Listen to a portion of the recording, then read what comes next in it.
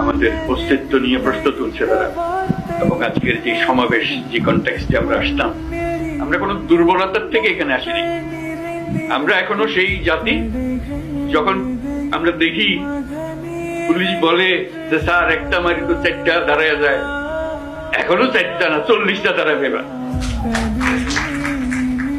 এই জাতি মরে নাই, দুর্বল হয় নাই, সবল আছে। আপনাদেরকে আজকে উপস্থিতিটা শুধু সেটা জানানোর জন্য, আমাদের সবার মনে সেটা জাগিয়ে দেওয়া। এটা আমাদের থেকে ছিনিয়ে নেওয়ার কোনো অবকাশ কারো শক্তির নাই। যে যত ষড়যন্ত্র করুক, যত অপপ্রচার করুক, যত কিছুই করুক, আমাদের থেকে এটা ছিনিয়ে নিতে পারবে না। কারণ আমাদের রক্ত এখনো শুকায় নাই। আমাদের দেয়ালে দেয়ালে যে লেখাগুলো আছে আসা যাওয়ার পথে রোজ পড়েন, সেগুলো মুছে যায় না, এগুলো ডক ডক করছে এগুলো এখন। সেটা আমাদের বুকেও দগ্ধ। কাজে আমরা সেই